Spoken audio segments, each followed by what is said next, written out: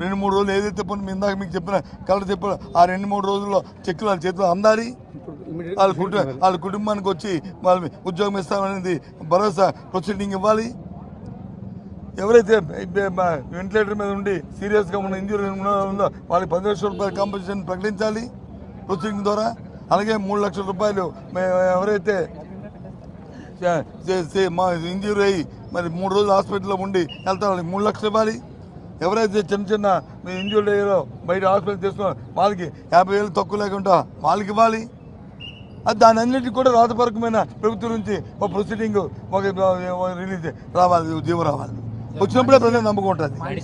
LG problem జరిగింది అంటే safety audit జరగాలన్నాం తగ్గుతుంటాయి. అది అలాగని వ్యవస్థను ఆపేయమని చెప్పట్లేగా మేము.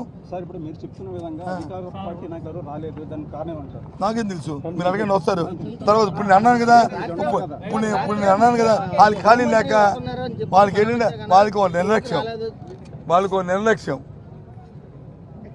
నిర్లక్ష్యం. నిన్న జరిగిన ఎన్నికల్లో వాళ్ళకి వచ్చిన ఇది చూసి ఏ రకంగా తెచ్చుకున్నారు అవి చూసి వాళ్ళకి వచ్చి ఎక్కడున్న వచ్చి అక్కడ లేవు అని నేను అనుకుంటాను. Maybe wrong or right. లేకపోతే ఎవడో నవ్వుతాడండి సామాన్య ఇక్కడ వచ్చి చూడకపోతే. ఇది మానవత్వం ఎవడో చేయాలి కదండి. ప్రభుత్వం లేకపోయినా నేను ఇప్పుడు అక్కడికి వెళ్దాం అనుకున్నాను. ఎక్కడికి ఇప్పుడు మేము అందరం కలిసి మా నాయకులు అందరం కలిసి వెళ్దాం అనుకున్నాం. పోలీసులు అడిగాను, లేదండి ముఖ్యమంత్రి గారు వస్తున్నారు, దాంట్లో మనం కాంట్రవర్సీ ఉండకూడదు, వాళ్ళు వెళ్తున్నప్పుడు వచ్చి పోలీసు దానికి సెక్యూరిటీ వ్యవహారం ఉంటాయని. సరే వాళ్ళు వెళ్ళిన తర్వాత వస్తామని చెప్పాము. అంత ఉందాక పరిస్థితి. అందుకే నో అని అనలే కదండి. అది సాంప్రదాయం. అది పద్ధతి. ఎవరు దేనివల్ల వ్యవస్థకి ఏది జరిగినా వ్యవస్థకి నష్టం జరగకూడదు. వ్యవస్థను కాపాడుకొని చేయాలి, ప్రజలకు నమ్మకం కలగాలి.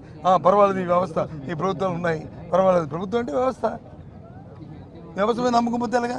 అది పోయింది ఎడుపు. అది చూస్తే అది ఆత్మలు చూస్తే ఓకే.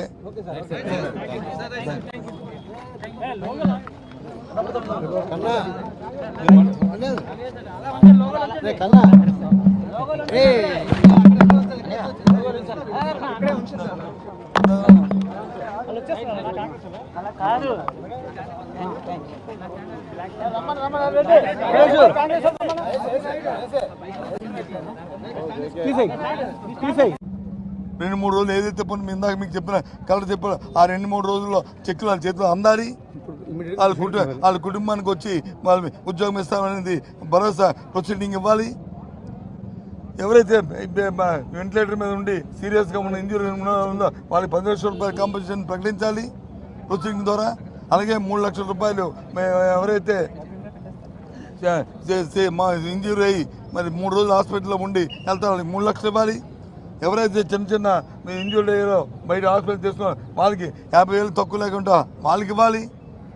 అది దాని అన్నింటికి కూడా రాతపరకమైన ప్రభుత్వం నుంచి ఒక ప్రొసీడింగ్ ఒక రిలీజ్ రావాలి, జీవో రావాలి. వచ్చినప్పుడే ప్రజలు నమ్మకం ఉంటుంది.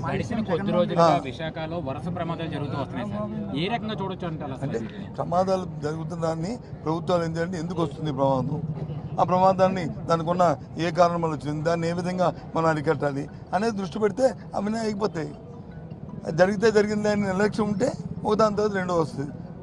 ఇమీడియట్ ఇప్పుడు ఉంది దీని. ఇంతకుముందు ఎల్జీ ప్రాబ్లం జరిగింది, వెంటనే సేఫ్టీ ఆడిట్ జరగాలన్నాం, పెట్టాము. వెంటనే అందరికీ జీవో ఇష్యూ చేసాము, కమిటీ వేసాము. ఇప్పుడు సాక్షాత్తు ఉన్న నీరవ్ కుమార్ ప్రసాద్ ఎవరైతే సిఎస్గా ఉన్నారో ఆయన అప్పుడు సెక్రటరీ, ఆయన ఆధ్వర్యంలో వేసాము. ఆయనే చూడమని చెప్పాము, ఆయనే పర్యవేక్షణాధికారి, ఆయనతో చేయించాము. ఇప్పుడు అలాగే చేస్తే ఆటోమేటిక్ తగ్గుతుంటాయి. అది అలాగని వ్యవస్థను ఆపేయమని చెప్పట్లేగా మేము. నాకేం తెలుసు, మీరు అడగండి వస్తారు. తర్వాత ఇప్పుడు నేను అన్నాను కదా, వాళ్ళకి ఖాళీ లేక వాళ్ళకి ఏంటంటే వాళ్ళకి నిర్లక్ష్యం. నిన్న జరిగిన ఎన్నికల్లో వాళ్ళకి వచ్చిన ఇది చూసి ఏ రకంగా తెచ్చుకున్నారు అవి చూసి వాళ్ళకి వచ్చి ఎక్కడున్న వచ్చి అక్కడ లేవు అని నేను అనుకుంటాను. Maybe wrong or right. లేకపోతే ఎవడో నవ్వుతాడండి సామాన్య ఇక్కడ వచ్చి చూడకపోతే. ఇది మానవత్వం ఎవడో చేయాలి కదండి. ప్రభుత్వం లేకపోయినా నేను ఇప్పుడు అక్కడికి వెళ్దాం అనుకున్నాను. ఎక్కడికి ఇప్పుడు మేము అందరం కలిసి మా నాయకులందరం కలిసి అనుకున్నాం.